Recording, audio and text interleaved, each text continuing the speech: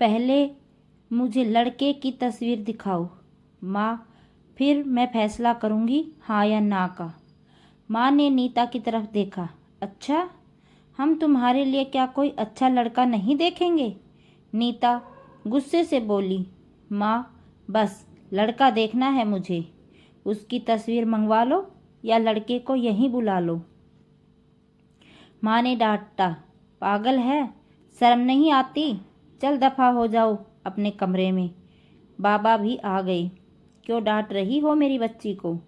नीता बाबा के पास गई और जाकर कहने लगी, बाबा, मुझे लड़का देखना है।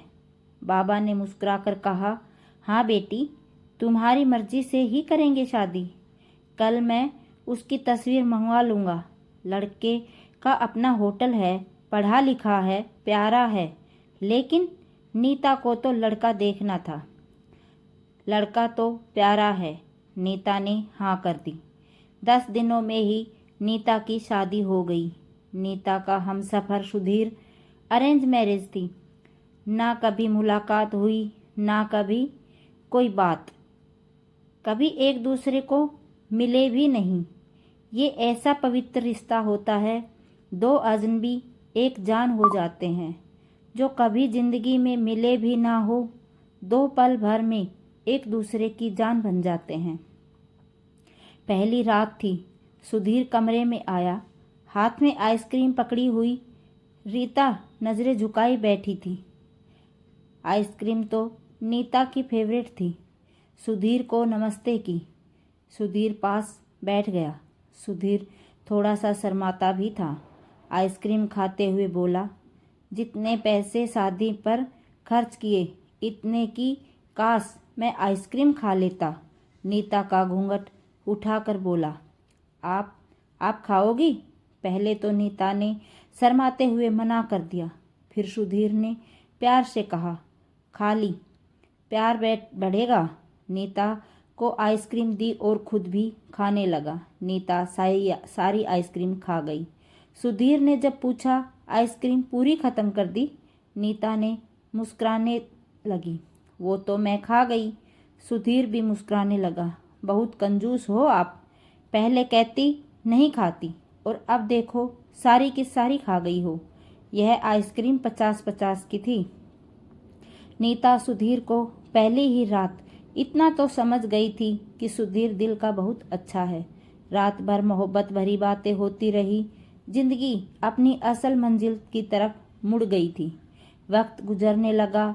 नीता के भाई की शादी थी।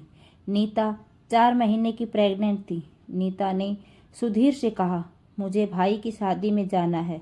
सुधीर ने नीता के पास बैठकर बोला, नीता, डॉक्टर ने आपको लंबी यात्रा करने से मना किया है, इसलिए मैं कोई रिस्क नहीं लेना चाहता। मैं नहीं इजाज़त दे सकता शादी में जाने की। नीता को बहुत गुस्सा आया। सुधीर, पागल हो गए हो क्या? मेरे भाई की शादी है और आप कह रहे हैं कि नहीं जाना। आप मुझे कार में बैठाकर आराम से छोड़कर आ जाएं। बस। सुधीर ने नीता का हाथ पकड़ा। मोहब्बत से फिर समझाने लगा, नीता, क्यों बेकार की जिद करती हो? डॉक्टर ने यात्रा करने से मना किया है तो मैं नहीं जाने दे सकता तुमको। तुम लापरवाह हो जाती हो और मैं तुमको किसी के भरोसे नहीं छोड़ सकता। इतना कहकर सुधीर कमरे से बाहर चला गया। नीता रोने लगी। रीता ने अपनी माँ को फ़ोन किया। सुधीर मना कर रहा है शादी में आने के लिए। माँ ने समझाया, बेटा, अगर वो कह रहा है तो मत ही आओ। लेकिन नीता की भाभी और भाई जिद करने लगे। क्यों नहीं आने दे रहा है सुधीर हमारी बहन को? वो रात को आए। सुधीर भी घर पर था।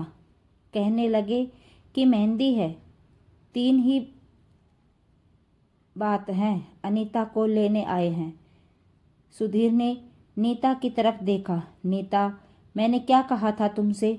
नीता ने नज़रें झुका ली। कमरे में चली गई उठकर। सुधीर को गुस्सा तो बहुत था, लेकिन ये सब्र कर लिया। 1000 रुपये जेब से निकाले, नीता को दिए। ये कुछ पैसे रख लो, बाकी और चाहिए तो ले लेना, मैं आऊँगा कल। नीता बहुत खुश थी। सुधीर ने अपने सीने से लगाया, नीता को अपना ख्याल रखना। नीता फिर शादी में चली गई। मेहंदी की रात नीता की बुआ की लड़की भी आई हुई थी। डांस भी किया, काफ़ी इंजॉय किया। बारात वाले दिन जब भाई की बारात लड़की वालों के घर पहुंची तो बारिश हो रही थी। गली में काफ़ी कीचड़ था। नीता का पाँव फिसल कर गिर गई। गिरते ही उसके पेट में दर्द होने लगा। नीता ज़ोर ज़ोर से रोने लगी। जल्दी से नीता को अस्पताल ले गई। नीता दर्द से चिल्ला रही थी। सुधीर को कॉल किया, नीता के बारे में बताया। सुधीर घबरा गया। वो जल्दी से अस्पताल पहुंचा। डॉक्टर नीता को इमरजेंसी वार्ड में ले गए थे। सुधीर बहुत परेशान था। दिल की धड़कनें बेकाबू थी। जुबान पर ईश्वर का जाप था। बाकी सब लोग शादी की खुशियों में मगन थे, लेकिन यहाँ सुधीर परेशान खड़ा था। कुछ देर बाद डॉक्टर कमरे से बाहर आए। उन्होंने सॉरी कहते हुए बताया, आपका बच्चा मर चुका है। सुधीर बेजान सा होकर कुर्सी पर बैठ गया। भगवान से हिम्मत मांगकर जल्दी से वार्ड में गया। नीता रो रही थी। सुधीर को देखकर मुंह मोड़ लिया। सुधीर पास बैठ गया, सर पर हाथ फेरने लगा। अच्छा चल चुप कर मेरी सोनी, रोना बंद कर, बस ऊपर वाले की मर्जी थी। नीता फूट फूट कर रोने लगी। सुधीर मुझे माफ़ कर दे, मुझसे गलती हो गई। सुधीर ने आंसुओं से भीगी हुई पलकों को चूम लिया। अरे बस बस मेरी जान, रोते नहीं, बस ऊपर वाले की मर्जी थी, चुप हो जाओ। नीता खुद को गुनहगार समझ रही थी, अपने बच्चे और सुधीर का। सुधीर समझने लगा। नीता का सर अपनी गोद में रख लिया। चुप हो जाए मेरी सोनी, रो मत, अब देख मैं तेरे पास हूँ। नीता को लेकर घर चला गया। शादी खत्म हुई, सब घर आ गई नीता का हाल पूछने। नीता खुद पर इल्ज़ाम दे रही थी। मुझे रोका था सुधीर ने माँ, लेकिन मैं जिद करती रही, शादी में जाना है। अगर मैंने इतनी बात मान ली होती तो आज शायद मैं अपना बच्चा ना खोती। सुधीर समझ रहा था नीता दिल ही दिल में खुद को कसूरवार ठहरा रही है, इसलिए सुधीर प्यार से समझाता रहा नीता को। अरे पागल है, खुद को परेशान न कर, ऊपर वाले की मर्जी थी ना, ऊपर वाले ने जहाँ चाहा तो हमें फिर से औलाद जरूर देगा। नीता सुधीर की आंखों में देख रही थी। सुधीर आप इतने अच्छे हैं, मुझे डांटा नहीं, आपने कुछ कहा नहीं। सुधीर ने लंबी सांस ली, मुस्कुरा कर बोला, जब तुमने मेरी बात मानी ही नहीं तो नीता अब कुछ कहने की क्या फ़ायदा। नीता समझ रही थी सुधीर का खामोश गुस्सा। 1 साल बाद फिर ऊपर वाले ने उनको बेटा दे दिया। सब बहुत खुश थे। सुधीर बाहों में उठाकर झूमने लगा अपने बेटे को। नीता बेड पर लेटी सुधीर की आंखों में बेटे की मोहब्बत में निकलते आंसू देख रही थी। जिंदगी में अच्छे दिन आते हैं, लेकिन अक्लमंद वही होता है जो खुद को हालात में ढाल लेता है। सुधीर के 2 भाई जो सुधीर से अमीर थे, उन दोनों भाइयों का अपना अच्छा खासा बिजनेस था, लेकिन सुधीर का छोटा सा होटल था जिससे बस गुजारा हो रहा था। नीता ने जिद की, सुधीर बच्चे को गर्मी लगती है इसलिए यह बहुत रोता है, मुझे कमरे में एसी लगवा कर दे। सुधीर ने सिर पर हाथ रखा। अरे नीता, पागल हो गई हो क्या। नीता ने, मेरे पास पैसे नहीं हैं इतने कि एसी लगवा सकूं। नीता ने जिद की, मुझे एसी चाहिए बस कमरे में। सुधीर अपने बेटे को सीने पर लेटाकर खेल रहा था। उसके साथ नीता बस एसी लगवाने की जिद किए बैठी थी। सुधीर ने नीता का हाथ पकड़ा, अपने करीब किया। नीता, पता नहीं क्यों इतनी जिद्दी हो तुम, लगवा दूंगा एसी।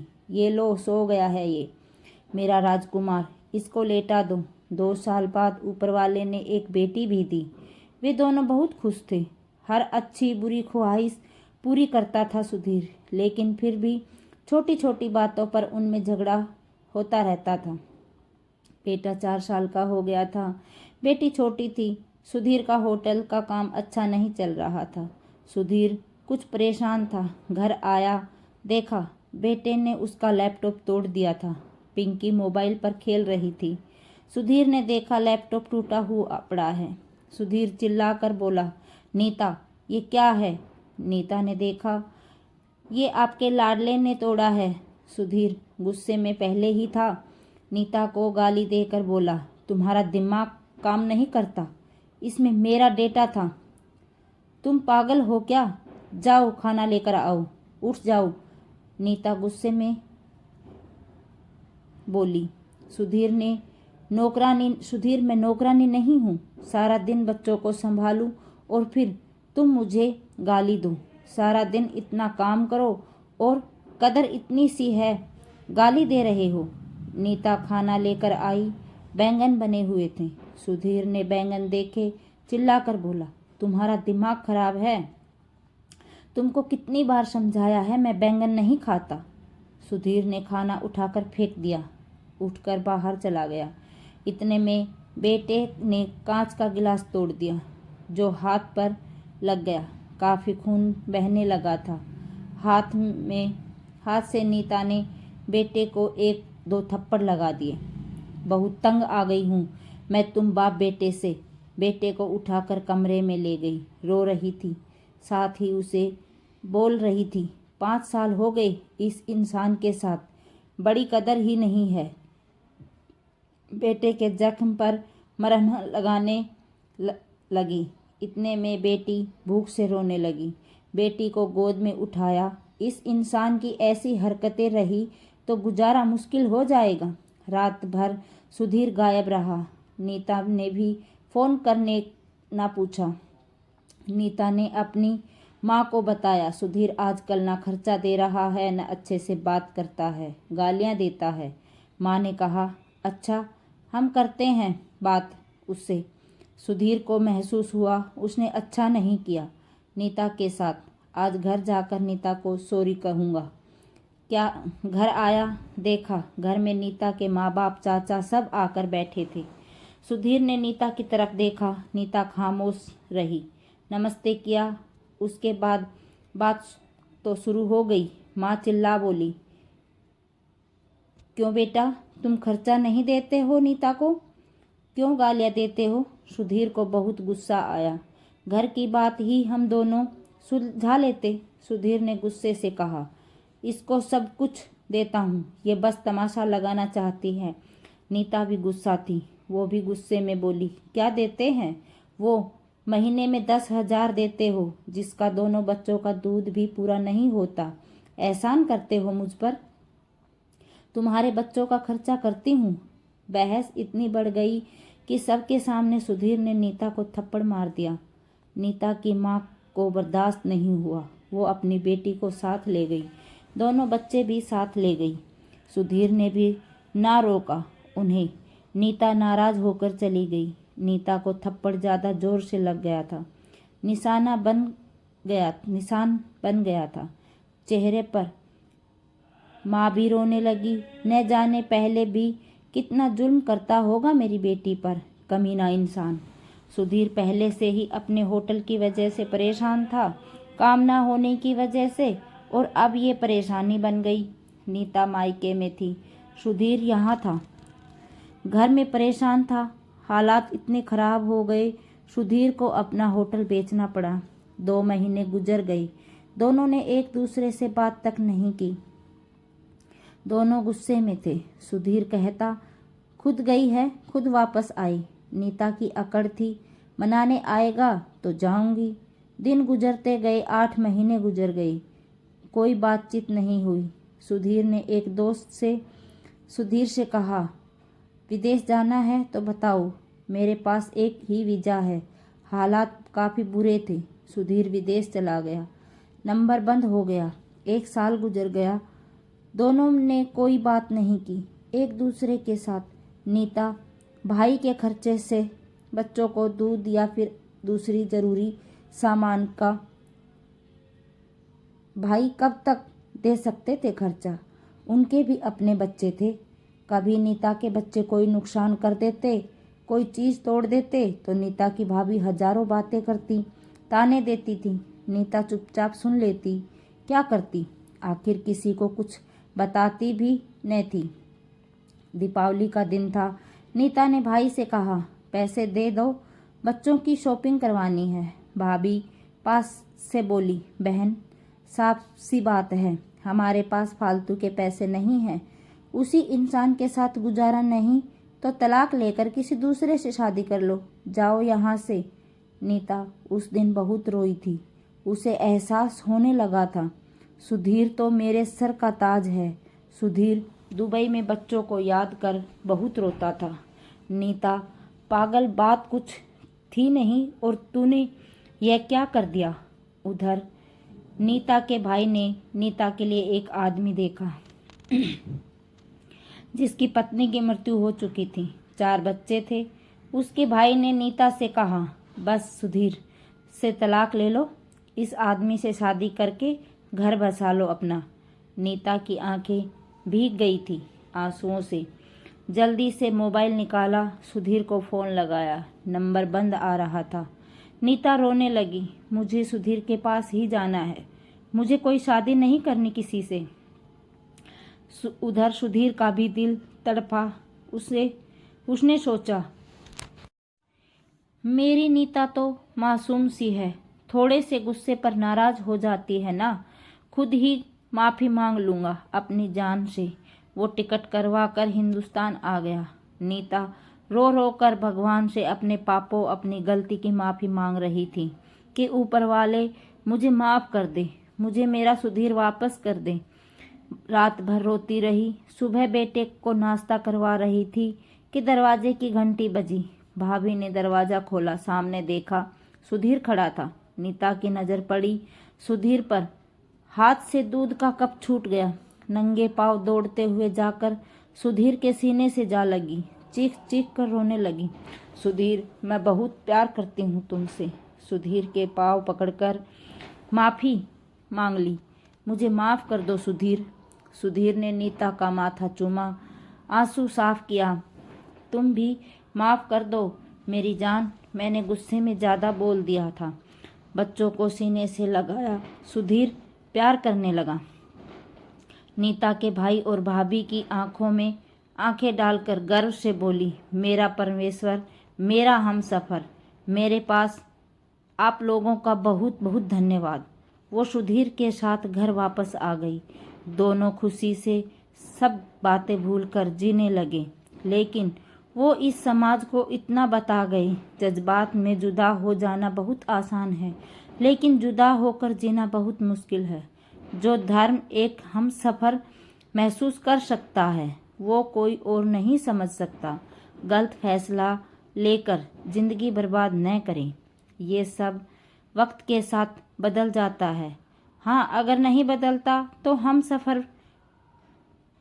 अगर कोई नाराज़ है या घमंड है तो जाओ मना लो, राज़ी कर लो एक दूसरे को, इससे पहले कि फिर देर हो जाए। अगर मेरी कहानी किसी को भी दिल में घर कर गई हो तो मेरा मकसद पूरा हो जाएगा।